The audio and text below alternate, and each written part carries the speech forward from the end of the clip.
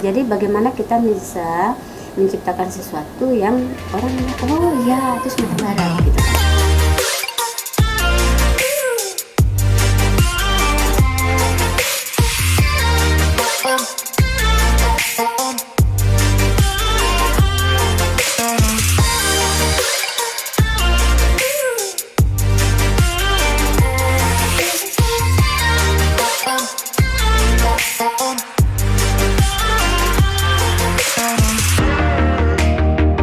Assalamualaikum warahmatullahi wabarakatuh. Welcome back to our channel Dinas Pariwisata Provinsi Sumatera Barat.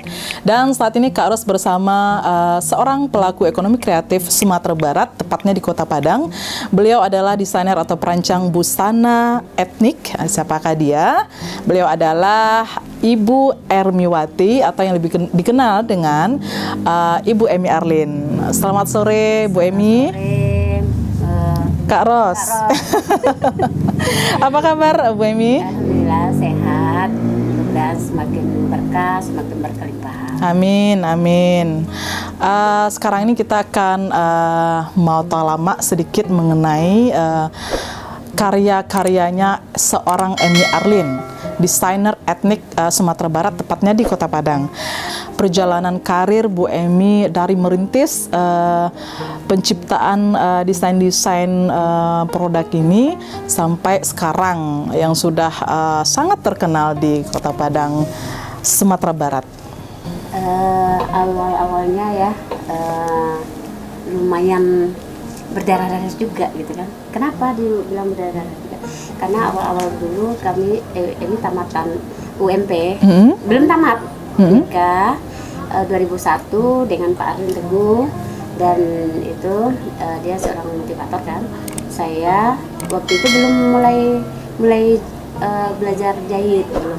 Jadi dari situlah mulai, karena saya punya bakat di bagian fashion designer, dan cari guru yang bisa memberikan kemauan saya. Dan cari alhamdulillah dapat seorang guru, yaitu guru dari Cece Serli, dan itu guru saya yang mendidik saya sampai hari ini, jadi sampai hari ini. Dan di situ awal-awalnya karir itu mau belajar jahit, sementara uang tak punya. Waktu itu datang ke situ, belajarnya berapa? 2.750.000. 2.750.000, kaget. Kenapa kaget? Karena waktu itu gaji suami cuma 900. Ya, itu pada tahun berapa itu, Bu? 2003 kalau enggak. 2003. Ya, 2003-an, lebih kurang. Jadi pikir, dan jadi suami bilang kalau 1 juta abang langsung masukin. Dia pikir gimana ya gitu kan, mau kali belajar kan. Akhirnya 2 hari atau 3 hari setelah itu ditelepon, nih besok kita belajar. Kaget, langsung berpikir, ya udah pergi aja dulu. Lalu dalam perjalanan itu saya pergi dengan tidak ada bawa uang dan kepercayaan aja, semangat aja. Ya udah nih, kamu bisa ansur 3 kali, dan itu tuh dari situlah saya fokus belajar dan tidak sia-siakan dalam waktu belajar. Sampai hari ini saya juga masih terus belajar, bisa membuat produk yang alhamdulillah kita bikin untuk Kota Padang, disnagarin yang ke Kota Padang, yaitu yang kemarin yang dipakai sama Ibu Gubernur dan Ibu Wagub di pelantikan di Istana Jakarta. Itu adalah produk kita terbaru, dan itu tuh tenun khas Kota Padang yang dibuat khusus, yaitu dengan motif Kajang Padati. Kajang Padati. Oke. Itu memang nanti akan diperjualbelikan motif Kajang Padatinya, atau hanya untuk pemakaian tertentu aja? Memang gitu. Tapi launchingnya memang yang sudah dipakai oleh Ibu Gubernur dan Wagub ya. Itu dulu Bu Emi sendiri pendidikannya memang memang di tata busana atau bagaimana gitu? Nah, kira-kira gimana ya? Dari tata busana atau enggak ya? Saya tamatan UMP, jurusan administrasi pendidikan, manajemen. Iya, kalau Iya. orang pikir kan administrasi pendidikan itu sebagai apa ya, kalau apa? Perkantoran Bukan, gitu ya. Untuk jadi Administrasi calon kepala pendidikan. sekolah. Iya, iya, oke. Kepala sekolah. Heeh. Dan kalau tamat kuliah mana mungkin kan langsung jadi kepala sekolah, kan nggak mungkin. Jadi dari situ saya memakai saya punya bakat di fashion, dan di situ saya apa ya, fokuskan. Jadi kalau ijazah, kata suami kan ijazah nggak mungkin dibawa, udah dibawa ke sana kemari, tes dosen, tes apa, sampai 3 kali tes juga nggak lulus. Mungkin ndak apa ya, ndak nasibnya di PNS kali ya. Iya, iya. Nasibnya di situ. Akhirnya ya udah, kalau piagam dibawa kemana-mana nanti berbatas umur. Nanti kita nggak bisa ngapain. Yang paling penting seiring waktu berjalan, mudah-mudahan kalau dapat kerja, kita punya keahlian dulu. Punya keahlian, yaitu bisa cari di bidang jahit, menjahit, desain. Dan akhirnya melanjutkan skill yang dipunya tadi dengan dorongan mentor juga ya. Iya. Ada juga mentornya. Ada. Oke, berarti Mentornya suami sendiri. suami sendiri. Iya. Luar Mentornya biasa. suami sendiri, dan belajar, dan proses belajar itu tuh sangat ini. Kalau suami lagi belajar, saya yang cari duit. Nah, mulai Oke. dari saya bikin jilbab, bikin ini, bikin itu, jual buku segala macam. Kalau saya yang lagi belajar, suami cari duit. Jadi begitu prosesnya setelah menikah. Jadi bisa sampai seperti hari ini. Saling berkolaborasi Iya, gitu ya. Terus berarti ini usahanya dimulai dari 2003. Usahanya bukanya 2005. 2005. 2003 itu saya belajar. Proses pembelajarannya dari 2003 Saya gitu. ikut dengan desainer-desainer lain, bantuin dia segala macam. Jadi saya juga mau bantuin. Kalau ada duit saya ikut juga ke Jakarta, bahkan melihat kalau saya disuruh tolongin ini, saya mau gitu kan, berharap seperti itu kan. Nah, saya ingin mendapatkan ilmu. Ya, dan pengalaman tersebut menjadikan Bu Emi seperti saat yang sekarang ini ya. Tanpa praktek ya kita nggak bisa, walaupun sebanyak apapun ilmu yang kita punya, tanpa praktek, tanpa kita langsung terjun gitu, kita tidak akan bisa, tidak akan berani gitu kan. Jadi dengan kayak gitu, sekarang kayak karyawan, kayak mahasiswa yang ikut bergabung, kayak murid-murid saya yang udah ratusan, alhamdulillah, dari Dinas Tenaga Kerja juga, dari BDI juga, dari Pariaman juga, BDC. Itu saya bilang, kalau sebanyak apapun ilmu kita, kalau tidak direalisasikan, tidak mau mengajarkan ke yang lain, itu sama aja kok.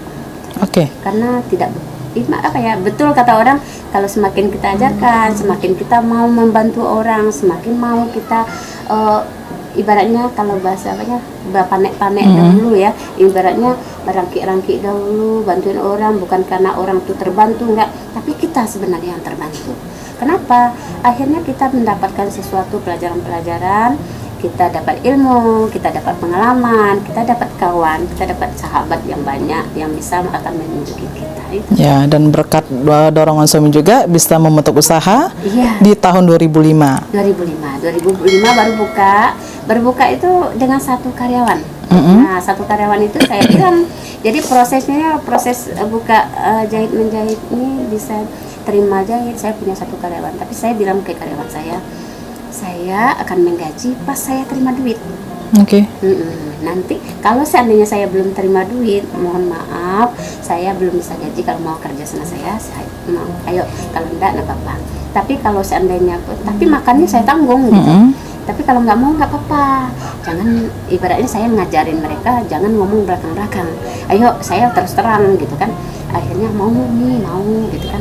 Akhirnya 1, 2, 3 sampai silih berganti, tukar menukar, ada karyawan yang berhenti, karyawan berhenti, saya tidak menganggap dia sebagai meninggalkan saya dalam artian itu, tapi saya bilang seperti ini, karyawan berhenti, saya menganggap dia bagus, bagus, insya Allah nanti kita akan mendapatkan karyawan yang lebih bagus lagi, dan itu saya rasakan sampai hari ini, udah 15 tahun, dan itu tuh saya rasakan, dan alhamdulillah saya mendapatkan karyawan-karyawan yang bagus-bagus, dari semakin bagus, karena pikiran tadi, jangan berpikir karyawan berhenti kita dikhianati atau oh ya udah nggak usah gitu.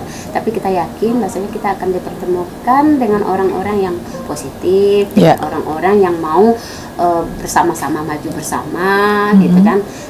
Dan insya Allah nanti mereka juga akan maju juga melihat bagaimana perjalanan yang saya hadapi seperti itu. Kita dengarnya nih Bu Emi ini terkenal dengan desainer etnik. Nah, bisa berbagi dengan kita bagaimana itu dengan penyebutan desainer etnik itu? Sebenarnya desainer etnik itu karena saya suka dengan sesuatu yang zaman-zaman agak kala ya. Kayak tenun, saya tidak suka tenun yang itu aja. Saya suka tenun yang zaman dahulu kala. Saya walaupun tinggal segini, itu kalau saya dapat saya bisa bikinkan lagi songket, seperti songket itu saya bikinkan ulang lagi agar apa, kayak sulaman juga seperti itu. Karena sulaman tenun zaman-zaman dahulu kala itu keren-keren. Contoh kayak di Batu Sangkar itu tenun itu macam-macam. Ada sungai Tarapnya, ada sungai Yangnya, ada lintaunya, ada padang magenya, ada ya keren-keren itu tenunnya. Tapi kalau apa ya, jadi kita ingin membuatnya sesuatu yang baru dan persis seperti itu. Motif dahulu itu rumit banget, rumit, dan mungkin itu ya salah satunya orang kenapa jarang bikinnya karena rumit. Nah, saya suka yang rumit-rumit seperti itu karena kalau yang kebanyakan itu aja. Nah, tantangannya nggak ada. Jadi kayak sulaman, bagaimana sulaman itu bisa dipakai sama anak-anak muda, ibu-ibu muda gitu kan. Jadi bisa dipakai, jadi tidak dipakai sama orang-orang tua aja, tidak dipakai untuk acara pesta aja, perkawinan aja. Bagaimana sulaman ini bisa juga dipakai untuk pesta juga dipakai untuk anak muda gitu kan. Bagaimana kita bisa menciptakan hal seperti itu? Nah, apakah desain-desain etnik seperti itu dari awal sudah ada? Dari awal bukanya usaha ini sudah ada desain-desain etnik seperti itu? Sebenarnya belum, tapi saya suka. Yang awal mulanya itu saya suka apa ya, yang agak rumit tapi simpel dan elegan. Saya sukanya begitu. Tapi saya nggak suka yang rame-rame gimana, misalnya kayak pakai yang rame-rame yang itu warnanya terlalu apa, saya nggak suka sebenarnya. Jadi dari situ kayaknya saya arah yang etnik seperti itu saya menjiwai gitu, seperti itu. Jadi dalam artian yang etnik yang saya mau itu bagaimana saya bisa kayak di Pasaman ada sulaman Banang Aneh Ayu Bali, itu saya suka. Nanti saya akan munculkan lagi yang kayak kemarin saya tenun selungkang, dan itu saya memakainya dengan dana saya sendiri. Yang saya bikin gaun, bikin outer, bikin apa segala macam yang bisa dipakai anak-anak muda. Dan kalau kita bawa ke Jakarta atau keluar dari Sumatera Barat, walaupun kita bikin gaun tenun itu orang tahu, oh itu dari Sumatera Barat gitu kan, orang tahu. Nah, seperti yang dipakai juga Ibu Gubernur dan Ibu Wagub. Nah, orang tanpa orang ngomong aja orang udah tahu bahasanya itu dari Sumatera Barat gitu. Jadi bagaimana kita bisa menciptakan sesuatu yang orang, oh ya itu Sumatera Barat gitu kan. Jadi itu asalnya. Oke, luar biasa Bu Emi, ada tenun, ada songket, ada bordiran, ada batik juga gitu kan. Sulaman ya. Nah, untuk pengerjaan dari masing-masing dari masing-masing tipe itu berapa lama pengerjaan? Misalnya kalau untuk tenun itu butuh waktu sekian untuk menyelesaikan satu tenunan, sulaman juga seperti itu. Nah, kalau tenunan itu tergantung kerumitannya. Seperti motif Kajang Padati motif, itu ya? kan motif terbaru, dan motif terbaru otomatis pembuatannya lama dan itu rumit. Dan ternyata memang kenapa kok dari dulu nggak pernah muncul motif Kajang Padati, ternyata membuatnya rumit. Rumit, dan itu benar rumit, dan alhamdulillah kita berhasil membuatnya motif Kajang Padati. Dan itu prosesnya luar biasa. Berapa lama? Perencanaannya dari 5 bulan yang lalu, tapi pembuatannya setelah bongkar pasang, kalau sudah mulai mengerjain 3 bulan, 2 bulan itu bisa. Oke, untuk satu kain ya? Satu kain. Satu kain. Pasang kain selendang dan baju kainnya. Motif Kajang Padati ini motif yang sudah Bu Emi patenkan juga ya? Sudah. Dan ini motif baru di Sumatera Barat. Iya. Berarti dari dulu belum ada motif seperti Kajang ini. Padati belum. Berarti ini memang hasil pemikiran dari Bu Emi sendiri. Iya. Oke. Kemudian kita ngelihat nama Kajang Padati itu kayaknya sepertinya kotak begitu aja. Tapi ternyata kalau dilihat, dipandang dia ternyata unik gitu. Dengan adanya kangganya, dengan adanya biasanya kan rumah adat itu ada gonjongnya ya. Kalau ini kesannya kayak petak begitu saja. Tapi setelah kita bikinkan motif songket, ternyata bagus juga gitu. Nah, di songket itu kita ada mengadopsi 3 budaya di situ. Ya. 3 budaya di songket itu.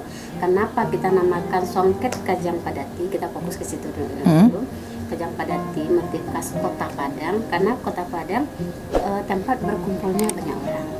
Oke. Ada Cina, ada Jawa, ada Minang. Multi etnis ya. Ya, dulu zaman kolonial Belanda dulu kan Padang ini sebenarnya kan daerah baru.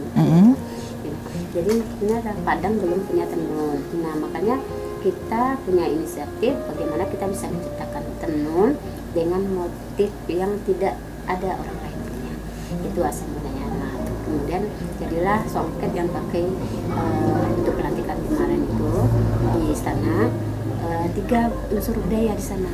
Tionghoa, Minang, sama Jawa. Okay. Nah, kita mengambilnya kalau Cinanya itu kita ambil pinggiran songketnya, bawahnya. Pinggiran songket bawah atas gitu. Tapi kalau Jawa kita ambil dari kepala kain.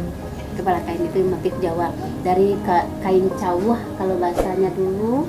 Mungkin kalau orang-orang tua dulu kalau saya pernah dengar maksudnya kain cawah. Kain cawah itu kain Jawa lama, kain panjang zaman dahulu kala. Itu warna-warna hitam, merah-merah hati gitu kan. Jadi motif itu yang diambil di situ. Nah, Minangnya diambil Kajang Padati. Kajang Padati. Nah, yang seperti kotak tadi ya. Iya. Nah, itulah terjadilah sebuah songket yang baru ada 2 pasang di Sumatera Barat. Ya. Dan sekarang sedang proses pembuatan songket-songket berikutnya. Dengan berbagai macam gaya. Oke. Desain-desain lain dengan motif Kajang Padati juga. Oke.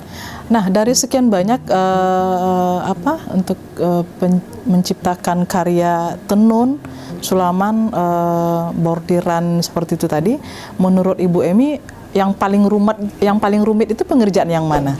Sebenarnya kalau yang paling rumit itu kalau waktu awal-awal saya baru buka usaha ya, itu rumit semua. Tapi kalau sekarang karena dengan kerumitan itu tantangan dan kebahagiaan tersendiri gitu loh. Nah, dengan semakin rumitnya yang kita bikin kayak tenun Kajang Padati ini, maka kebahagiaannya luar biasa. Dan kerumitan itu kebanggaan yang sangat bagaimana ya? Tapi kalau awal-awal belajar dulu semuanya rumit aja. Kalau sekarang walaupun rumit tapi kita bahagia gitu. Ya, yang paling lama pengerjaannya yang mana? Sulam sama tenun itu sama-sama. Sulam sama tenun. Sama. Rata-rata itu 3 bulanan karena ya. Karena memakai handmade bukan mesin. Iya. Pakai tangan. Ada juga tenun itu yang pakai mesin. Dan nanti insya Allah motif Kajang Padati kita juga akan bikinkan dengan mesin agar bisa ada orang-orang untuk bisa dipakai untuk orang-orang itu juga pegawai nanti atau siapa gitu kan. Jadi bisa kita bikinkan juga dengan mesin dalam artian yang bukan tangan. Oke, dan mungkin dari segi harganya juga lebih terjangkau begitu ya. Oke. Ini sekalian workshopnya di sini juga galerinya di sini ya, Bu Emi ya. Dan di sini pengerjaannya berapa orang karyawannya di sini, Bu Emi? Berapa orang ya karyawan ini sebenarnya sekitar 12 atau 13 orang. 12 atau 13 orang dan juga menerima mahasiswa magang, mahasiswa magang atau yang ingin mempelajari mengenai desain ya. Ada di sini. Oke. Dan kita juga mengajarkan anak-anak magang ini selama dia belajar. Kalau Unimed, Universitas Negeri Medan itu belajar magangnya cuma 40 hari. Yeah. Kalau 40 hari semaksimal mungkin kita bisa ajarin pola juga, menjahit juga, mempayet juga. Kemudian kalau masih ada waktu itu penyelesaian itu kita ajarin. Kalau masih ada waktu lagi kita akan ngajarin menyulam gitu. Tapi dengan waktu yang 40 hari rasanya menyulam agak lama. Jadi mungkin kalau UMP waktunya 2 bulan. 2 bulan memang cukup agak lama, cukup lama. Kemudian SMK juga ada. SMK sekarang belum masuk, insya Allah akhir bulan ini juga akan masuk. Nah menurut Ibu Emi sendiri kira-kira untuk para pemula-pemula yang ingin belajar desain itu seperti apa tips-tips yang harus mereka punya gitu? Pertama kali gini ya, kalau saya dulu waktu mahasiswa saya punya pikiran saya suka pakai baju, tapi yang pertama betul satu upahnya mahal. Kalau sesuatu yang bagus itu upahnya pasti mahal. Yang kedua saya setiap menjahit tidak ada yang cocok. Kemudian makanya saya berpikir bagaimana bisa belajar. Nah bagi yang mau belajar, bagi yang pemula, kalau seandainya kita punya bakat, yuk kita cari guru yang tepat. Pertama guru yang tepat, tidak harus kita harus cari kemana, kita cari yang tepat, yang bisa memberikan semangat ke kita dulu. Kemudian baru kita nanti di seiring waktu berjalan baru kita akan mencari guru yang lebih lagi. Seperti saya belajar udah dapat semuanya, pondasinya udah kuat, dapatnya semuanya udah kan. Nah nanti kan seperti rumah kan ada pernak-perniknya, ada segala macam. Nanti jangan bosan-bosan belajar gitu kan. Jadi untuk itu fokus satu bidang, jangan kejar ini, kejar itu, kejar ini. Jadi fokus. Kalau kita lagi belajar pola, ayo fokus pola. Kalau kita lagi belajar desain, ayo fokus ke desain. Kalau kita lagi belajar teknik jahit, fokus teknik jahit. Karena saya berpikir desainer itu kita harus bisa. Kalau saya ya, kita harus bisa pertama desain, kemudian pola. Cutting itu penting. Kalau kita tidak mengerti cutting, bagaimana kita mau bikin baju orang tuh kayak orang pas gitu ya. Atau tidaknya tuh di cutting sangat mempengaruhi. Kenapa? Karena kalau kita bikin cutting nanti kalau dipakai nanti kok saya kelihatan pendek, saya udah tinggi kok kelihatan pendek gitu. Itu di cutting. Kemudian bagaimana kita teknik jahit yang benar. Jangan nanti ketutup kok, nanti ini seperti ini misalnya di dalamnya juga ketutup kok. Saya nggak mau, bahasanya luar dalam mau nampak mau enggak, saya harus tekniknya bagus. Ternyata nanti orang bilang orang beranggapan terlalu rumit, iya begitu gitu kan. Kalau ingin mendapatkan hasil yang bagus maksimal, ayo kita fokus satu-satu. Kemudian setelah kita dapatkan ilmu, jangan kita terima jahitan orang, terima desain orang, fokus. Jangan malu bertanya, jangan malu diskusi. Kalau saya dulu sama-sama teman-teman angkatan pertama, angkatan kedua, angkatan ketiga, kami saling diskusi. Kadang-kadang di rumah saya, kadang-kadang di rumah teman, kadang-kadang teleponan mau berjam-jam sampai suami saya bilang ini nelpon karena membahas itu. Jadi tidak mungkin kita sendiri. Sampai hari ini saya juga mau bilangin rasanya saya hari ini menyulam, menenun itu banyak yang terlibat di dalam. Tanpa kita sama-sama kan kita punya kekurangan, punya kelebihan. Dari kekurangan kita ada yang melengkapi, dari kekurangan teman kita yang melengkapi, maka terjadilah apa yang bisa sampai sekarang. Saya punya beberapa teman dan teman itu kami saling kolaborasi, kami saling support. Nah menurut Bu Emi sendiri kira-kira potensi dunia fashion ini di Sumatera Barat seperti apa nih Bu? Potensi Sumatera Barat luar biasa. Apalagi Sumatera Barat itu punya tenun, punya sulaman yang bagus. Sulamannya aja macam-macam. Ada Padang, ada Nareh, ada Koto Gadang, ada Ayah Bani, ada Pasaman, Sekapi. Ada banyak potensi itu. Nah, dari potensi itu kita angkat lagi gitu. Bagaimana cara mengangkatnya? Ya kita pakai, kita hargai. Dan itu tuh sulaman itu memang mahal gitu kan. Tidak mungkin, makanya untuk membuat sulaman atau tenunan gitu kan, kita harus bisa membidik pasar. Kita membidik pasar yang mana? Kalau membidik pasar yang menengah ke atas, kita pemakaian bahan harus bagus, kualitas jahit sulamannya harus bagus, pemakaian benang-benang di dalamnya tuh harus bagus. Dan nanti kalau sulaman itu kan kalau benangnya biasa hitam kan, lama-lama hitam, nanti orang kecewa. Orang kecewa, nanti orang nggak mau lagi sama kita. Iya. Jadi kalau bagi saya, biar saya rugi awal-awal, tapi saya pelanggan saya tuh rutin gitu terus. Dan ramai sekarang habis itu enggak lagi gitu kan. Saya nggak mau seperti itu. Karena saya ingin biar saya rugi awal, tapi saya memberikan kepuasan ke pelanggan secara maksimal. Seperti itu. Oke. Nah, ini baju-baju selain selain bisa dipakai oleh masyarakat umum, juga diperuntukkan para model-model yang sering ditampilkan di acara fashion ya, Bu Emi ya. Nah, sejauh ini event-event yang paling berkesan nih yang pernah Ibu Emi ikutin itu apa? Yang paling berkesan itu kita baju kita dipakai sama kayak artis, kayak pejabat-pejabat seperti fashion. Artis maksudnya artis nasional. Oh ya. Istrinya itu beli tenunnya sama ini juga. Oke. Gitu kan. Kemudian seperti kayak baju ini sering diminta sama pusat untuk ke Taman Mini pernah jadi MC. Kemudian TV minjem pakai baju ini juga untuk membacakan nominasi pernah. Kemudian seperti itu. Dan itu merupakan suatu kebanggaan tersendiri kalau orang melihat itu baju itu pasti baju Bu Emi. Jadi dengan begitu saya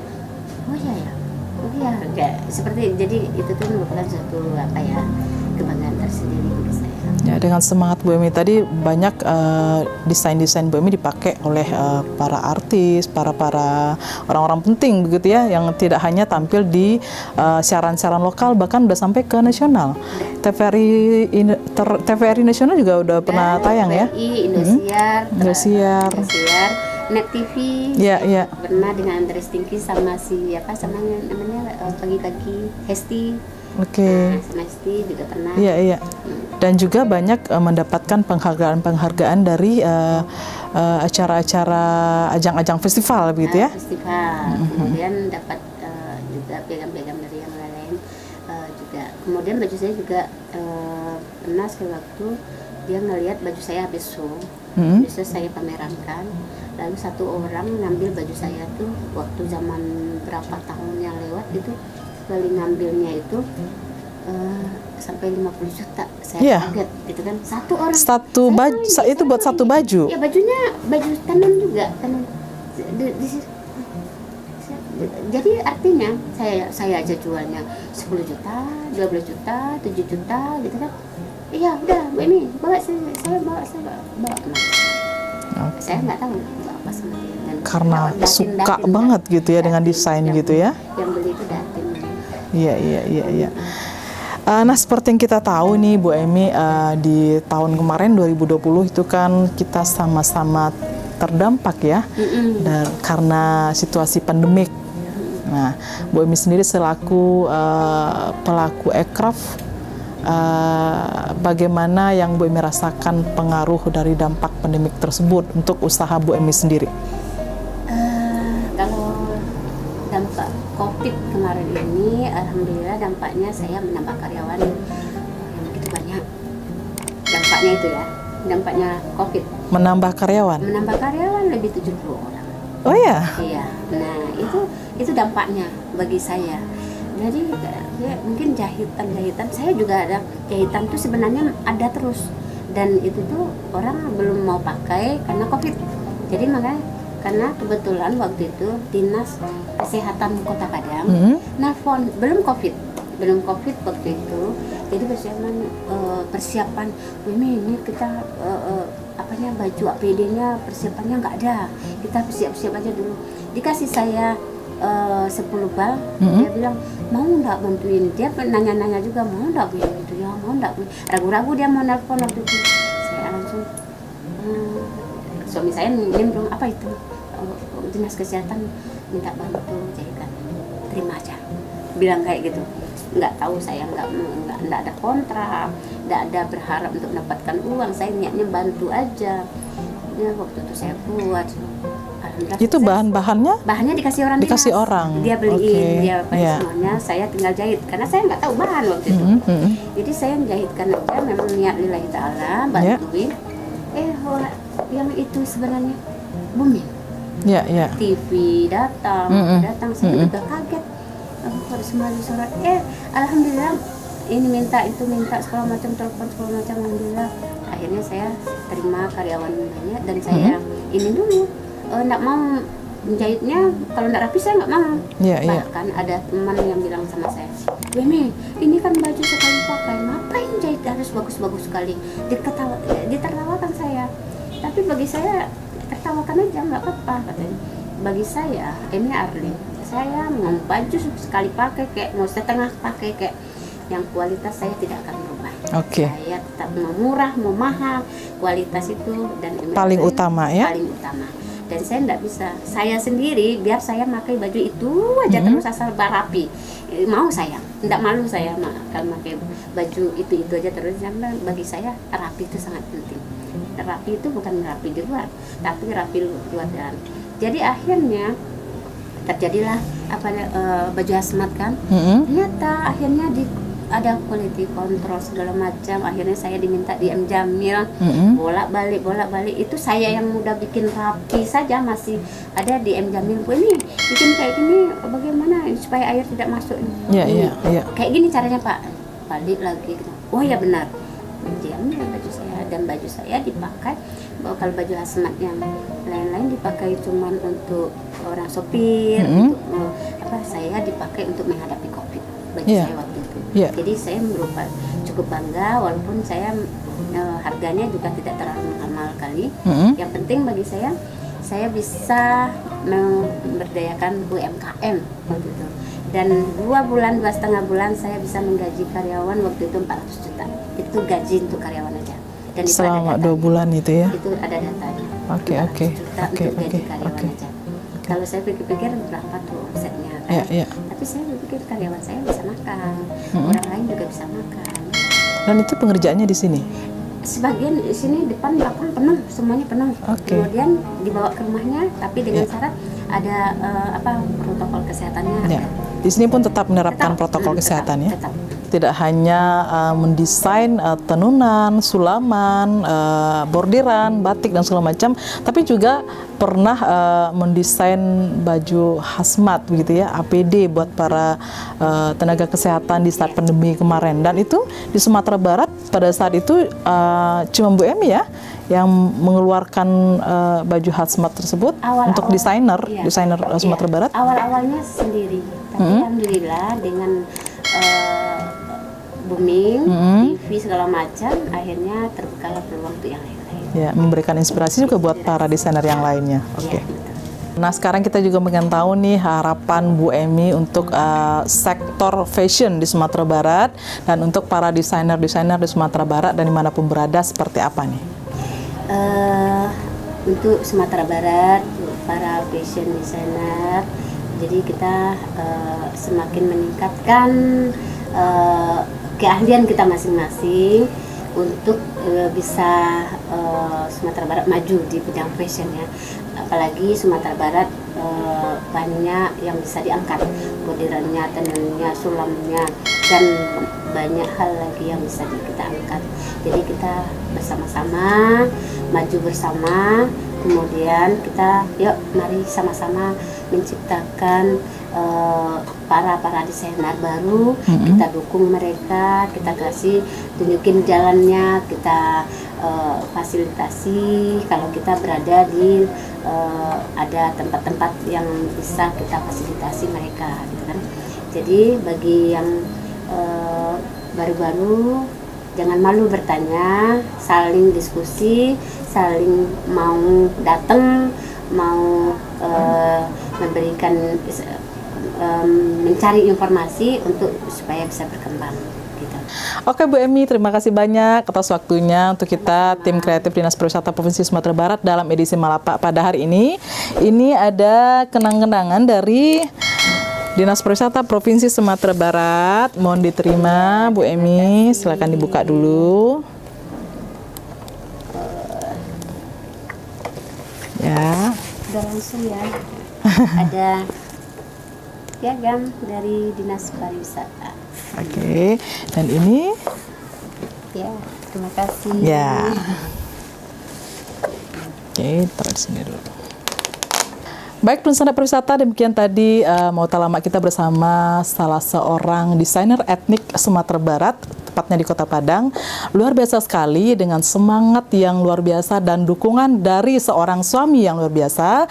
Akhirnya Ibu Emi Arlin bisa mencapai usaha yang luar biasa seperti yang kita lihat pada saat ini. Saya Kak Ros mohon undur diri dulu. Sampai jumpa lagi di edisi Melapak berikutnya, tentunya dengan pelaku pariwisata dan ekonomi kreatif lainnya. Wassalamualaikum warahmatullahi wabarakatuh. Salam pariwisata. Salam Piti Masua.